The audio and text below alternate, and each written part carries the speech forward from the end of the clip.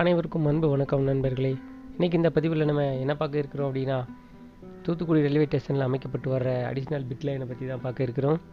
அதோட பார்த்துக்கிட்டிங்க அப்படின்னா 2வது பிளாட்பாரத்தோடைய ரீகன்ஸ்ட்ரக்ஷன் ஒர்க்கும் நடந்துக்கிட்டு இருக்குது. ஸோ அதை பற்றி இந்த வீடியோவில் பார்க்கலாம். இங்கே தூத்துக்குடி ரயில்வே ஸ்டேஷன் பார்த்திங்க அப்படின்னா ஒரே ஒரு பிட் லைனோட இங்கே வந்து பிரைமரி மெயின்டெனன்ஸ் பண்ணக்கூடிய அளவுக்கான ஒர்க் ஷாப் இங்கே இருக்குது. இருந்தாலும் பல ரயில்களுடைய போக்குவரத்துங்கிறது இங்கே குறைவு தான். நிறைய ரயில் போக்குவரத்துங்கிறது கிடையாது. முன்னாடியாச்சும் பார்த்திங்க அப்படின்னா வாஞ்சிமணியாச்சோட இணைப்பு பெட்டிகள் இருந்தது. கோயம்புத்தூர் போகிற வண்டிக்கும் குருவாயூர்லேருந்து சென்னை எக்மோர் போகிற வண்டிக்கும் வந்து இணைப்பு பெட்டிகள் இருந்தது. ஆனால் அதை இப்போ வந்து ரத்து பண்ணிட்டாங்க. அதுக்கு பதிலாக பார்த்திங்கன்னா இணைப்பு ரயில் அப்படிங்கிற பேரில் அங்கே ஒரு ரயில் வாஞ்சிமணியாச்சி வரைக்கும் போய் இதோடைய கனெக்டிங்காக இருந்தது. மக்கள் மத்தியில் இது பெரிய சிரமத்தை தான் ஏற்படுத்தினது. ஸோ இருந்தாலும் ரயில்வே தரப்பில் பார்த்துக்கிட்டிங்க அப்படின்னா அது வந்து நிறையா காலதாமதமாகுது அப்படிங்கிறதுக்காக தான் இதை வந்து இணைப்பு ரயிலாக ஆக்கிட்டாங்க. ஸோ அதுக்கான வசதியும் அந்த வாஞ்சிமணியாச்சியில் செஞ்சுருக்குறாங்க. ஏன்னு கேட்டிங்கன்னா இது போய் நிற்கிற பிளாட்பாரத்தில் இறங்கி அடுத்த பிளாட்பாரத்திலே எங்கேயும் ஏறாமல் ஈக்குவலாக போய் நடந்து ஏறுற மாதிரியான ஒரு பிளாட்பாரம் அமைப்பு வந்து அங்கே உருவாக்கியிருக்காங்க. ஸோ இப்போ பார்த்துக்கிட்டிங்க அப்படின்னா நம்ம வந்து புதுசாக டவர் கார் செட்டு வந்து பில்டு பண்ணியிருக்காங்க. ஸோ இப்போ அடுத்தபடியாக பார்த்திங்க அப்படின்னா இங்கே இருந்த கேட்டை வந்து பின்னாடி கொண்டு போயிட்டாங்க. இந்த கேட்டு வந்து சண்டிங் பண்ணால் கூட இந்த கேட்டை வந்து லாக் பண்ணுற மாதிரி இருக்கும். நம்மளுடைய சப்ஸ்கிரைபர் பொன்னுத்துறை அப்படின்னு நினைக்கிறேன், அவர் வந்து ஒரு கமெண்ட் பண்ணியிருந்தார், ஓடுற 2-3 வண்டி நிப்பாட்டிட்டா நாங்களாவது இந்த பாதையில் கேட்டு போடாமல் போவோம் அப்படின்னு சொல்லி. நகைச்சுவையாக இருந்தாலும் உண்மை அதுதான். ஏன்னா அந்தளவுக்கு ரயில் போக்குவரத்துக்கு மக்கள் இங்கே வந்து முக்கியத்துவம் கொடுக்கல. இருந்தாலும் பார்த்திங்கன்னா 2 ரயில்கள் மிக முக்கியத்துவம் வாய்ந்தது தான். ஒன்று மைசூர் எக்ஸ்பிரஸ், இன்னொன்று வந்து முத்துநகர் விரைவு வண்டி. இந்த ஸ்டேஷனில் பார்த்திங்கன்னா கூடுதலான பிட் லைன் அமைக்கப்படும் போது நிறையா ரயில்கள் இங்கே சர்வீஸ்க்காக கூட வர அனுப்பி வைப்பாங்க. ஸோ அந்த காரணமாக கூட இங்கே ரயில் போக்குவரத்து வந்து மக்கள் வந்து விரும்பக்கூடிய அளவுக்கு இருக்கும் அப்படின்னு எதிர்பார்க்கப்படுது. ஸோ அடிஷ்னலாக பிட் லைன் வந்து ஒரு பிட் லைன் வந்து உருவாக்க போகிறாங்க. அதற்கான ஏற்பாடுகள் தான் இங்கே வந்து செஞ்சிட்ருக்காங்க. ஸோ அதோட சேர்த்தோம் அப்படின்னா மொத்தம் 2 பிட் லைன் ஆகிடும். ஏற்கனவே இங்கே கூடுதலாக வந்த ரயில் வண்டிகள் பார்த்திங்கன்னா ஒன்று பாலக்காடு திருநெல்வேலி எக்ஸ்பிரஸை வந்து தூத்துக்குடி வரைக்கும் நீட்டிப்பு செஞ்சாங்க. இதனால் பெரிய அளவில் பயன்பாடு அப்படிங்கிறது இல்லை. எதனால் அப்படி சொல்கிறேன் அப்படின்னா, இந்த வண்டி இரவு நேரத்தில் புறப்பட்டு போகுது இல்லையா, இது திருநெல்வேலிக்கு போகும்போது மணி 11 மணி ஆயிரும். 11 மணிக்கு போனதுக்கு பிறகு அங்கேருந்து வர்ற சென்னை நோக்கி வர்ற வண்டிகள் எல்லாமே வந்து போயிடும். அதனால் இது சென்னைக்கோட ஒரு இணைப்பு இல்லாமல் போயிடும்.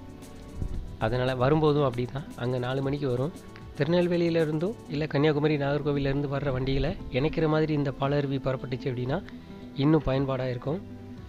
அதே நேரத்தில் பார்த்திங்க அப்படின்னா இன்னொரு வண்டி தூத்துக்குடி மேட்டுப்பாளையம். இந்த வண்டி வீக்லி 2 நாள், அதாவது வீக்லி எக்ஸ்பிரஸ் தான். 2 நாள், வாரத்தில் 2 நாள் தான் இதோடைய சேவை இருக்கும். ஸோ கூடுதலாக 2 ரயில் சேவை இங்கே கிடைச்சது வந்து ஒரு மகிழ்ச்சியான விஷயம்தான். அதை தொடர்ந்து பார்த்திங்க அப்படின்னா இந்த பாலருவி எக்ஸ்பிரஸ் வந்து பாலக்காடுலேருந்து வரும்போது திருநெல்வேலிக்கு அதிகாலை 4 மணிக்கு வரும். திருநெல்வேலியை விட்டால் அடுத்த ஸ்டாப் தூத்துக்குடி தான். ஸோ வாஞ்சிமணியாச்சியோட பைபாஸ் லைனை பயன்படுத்தி இது வேகமாக வந்துடுது. இருக்கிறதுலே பார்த்திங்கன்னா திருநெல்வேலி தூத்துக்குடி பேசஞ்சர் வண்டியை வந்து இடையிலே வந்து நிறுத்துறதா அறிவித்தாங்க. ஸோ அதை மக்கள் நிறையா எதிர்ப்பு தெரிவித்ததுனால அதை ஒரு 6 மாதத்துக்கு காலத்துக்கு நீட்டிப்பு செஞ்சுருக்காங்க. நம்மளுடைய ரெக்வஸ்ட் என்ன அப்படின்னு கேட்டிங்கன்னா, இந்த வண்டி இங்கே வந்து சும்மா நிற்கிறதுக்கு பதிலாக ஒரு தடவை மதுரை வரைக்கும் பயணிகளாக அனுப்பி வச்சாங்க அப்படின்னா நிச்சயமாக இந்த ரயிலால் வருமானம் நிச்சயமாக ஈட்ட முடியும்.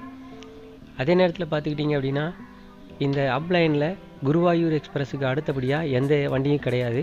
ஸோ இதனால் பார்த்திங்கன்னா அதாவது நான் சொல்கிறது வாஞ்சிமணி திருநெல்வேலி மதுரைக்கு விருதுநகர் சந்திப்புக்கு இடைப்பட்ட தூரத்தில் சொல்கிறேன்.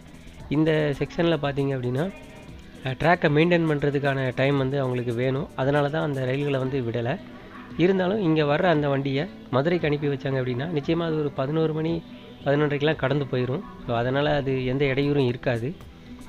பார்க்கலாம், அப்படி ஒரு ரயில் சேவை தொடங்கினா ரொம்ப வசதியாக இருக்கும். பயணிகளும் மிகுந்த எதிர்பார்ப்போடு தான் இருக்கிறாங்க. ஸோ இந்த ரயில் பயணம் தொடங்கும் அப்படின்னு எதிர்பார்க்கலாம். மக்கள் பிரதிநிதி எல்லாமே என்ன பண்ணிகிட்ருக்காங்கன்னு உங்களுக்கே தெரியும். அதுவும் குறிப்பாக இந்த தொகுதி எம்பி வந்து என்ன பண்ணுறாங்க அப்படின்னு நம்ம சொல்லவே தேவையில்லை.